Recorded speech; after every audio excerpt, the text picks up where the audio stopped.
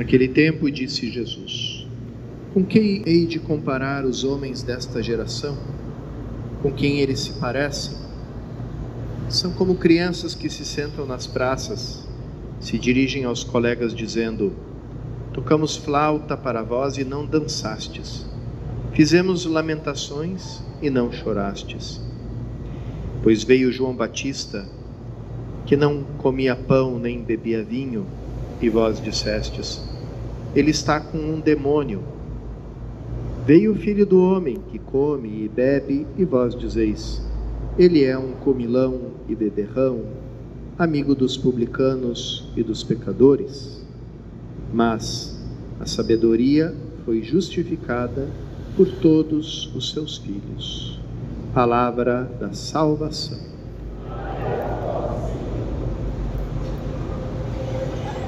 Na primeira leitura que a gente escutou, irmãos e irmãs, escutamos um pedacinho da primeira carta de São Paulo a Timóteo. Os estudiosos da Sagrada Escritura consideram que as cartas de São Paulo a Timóteo e a Tito são cartas que reúnem diversos fragmentos de pequenas mensagens, recados e algum outro tipo de material, mensagens ou instruções dadas oralmente por São Paulo a Timóteo, e tudo ficou reunido nessas cartas que a gente conhece. Então, o material, a origem é de São Paulo, mas ela teve um processo de redação. E por que a gente lembra disso? Não só para dar uma curiosidade para vocês de tipo acadêmico, né? Mas para entender que aqui a gente tem a presença de um antigo hino que era cantado pelos primeiros cristãos e foi descoberto por causa da sua forma, né? A forma dos seus versos, das suas palavras, né? Na língua original grega no qual ele está escrito.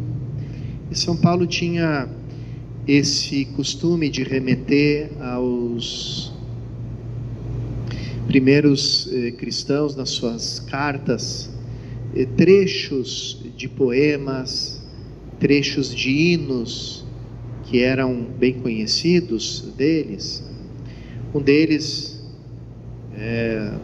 do mais célebre, aquele hino da carta aos Filipenses, que Cristo, sendo de natureza divina, não ficou ocioso da sua glória, mas se despojou e assumiu a forma de escravo, sendo obediente até a morte de cruz. Por isso Deus o exaltou, lhe deu o nome que está acima de todo nome, etc.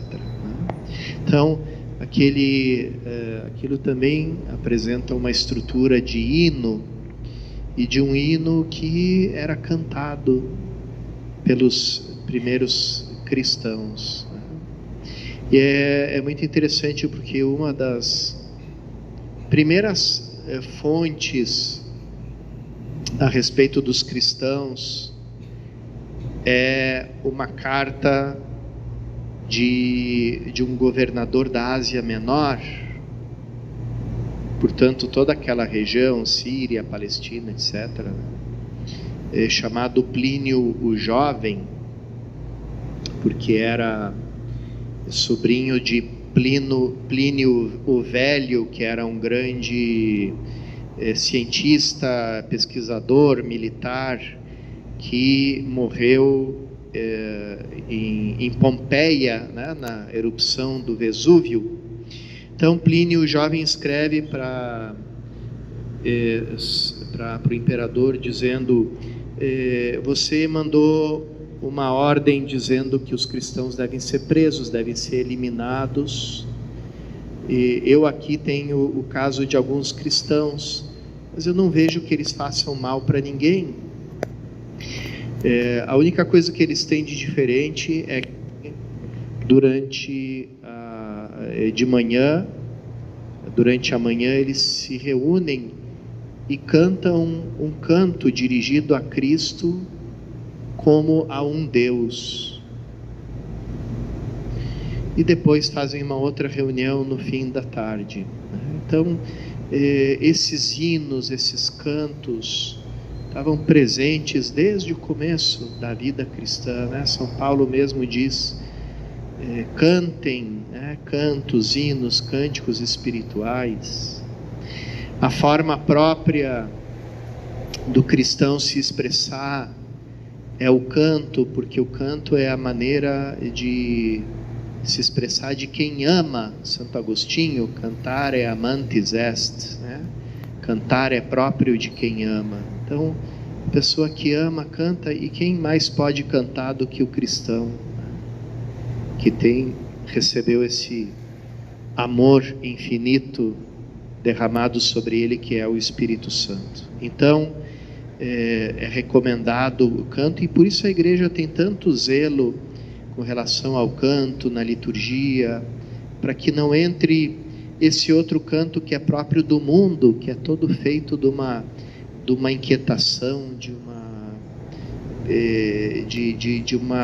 no fundo, de uma profunda tristeza, de um profundo desespero existencial, que toma aquela forma própria dos cantos da música que a gente escuta no mundo, né? Enquanto que o cristão é chamado a cantar o canto novo, cantai um cântico novo, né? Então, esse cântico novo. E aqui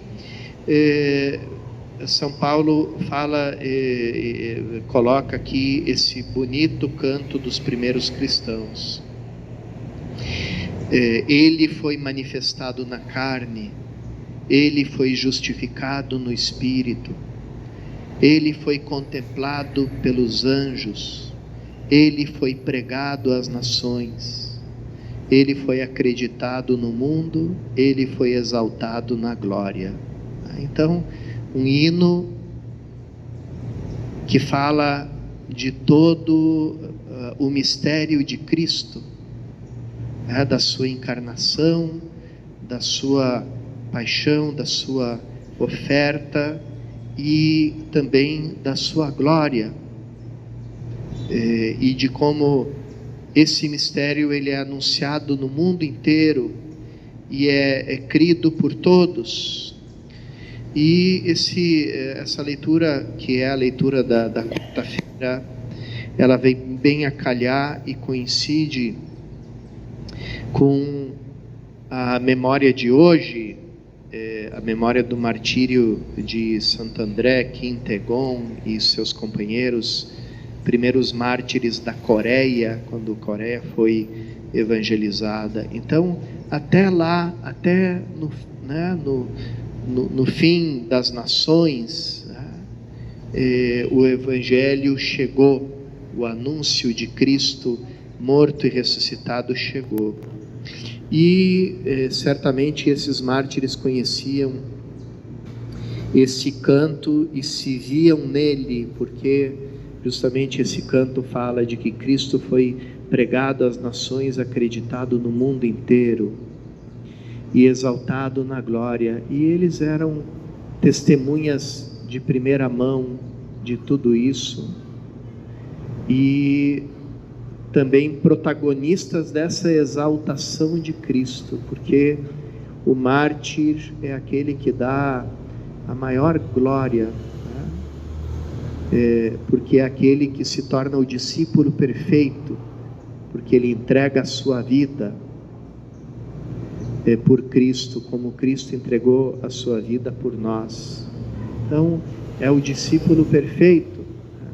Pois a igreja também entendeu que junto dos mártires, daqueles que derramaram sangue por Cristo, vieram outros que, mesmo não dando esse testemunho supremo do martírio, mas viveram toda a sua vida em forma de oferta, entregando a sua vida sem medida. E esses são os santos, que a gente encontra no mundo inteiro. Então, eles nos mostram, eles nos manifestam essa vitória de Cristo, que entrega a sua vida e recebe a sua vida de volta, glorificada, transformada. Justamente por crer nessa vida que não pode ser destruída, os cristãos de toda parte, os cristãos também lá do Oriente, lá da Coreia, entregaram a sua vida por Cristo. O mártir é aquele que diz: eu já entreguei a minha vida, eu já morri no dia do meu batismo. Ali morreu a criatura velha, ali morreu aquele homem, aquela mulher que nasceram dos seus pais, e ali começou um nascimento novo, onde o pai é o pai de Jesus Cristo e a mãe é a Santa Igreja. Então, cantemos, irmãos e irmãs, nós também esse canto de amor a Cristo, e façamos da nossa vida um canto de amor a Cristo, porque justamente o cantar é próprio de quem ama, e nós anunciamos no mundo a glória desse amor que se torna uma oferta sem limite.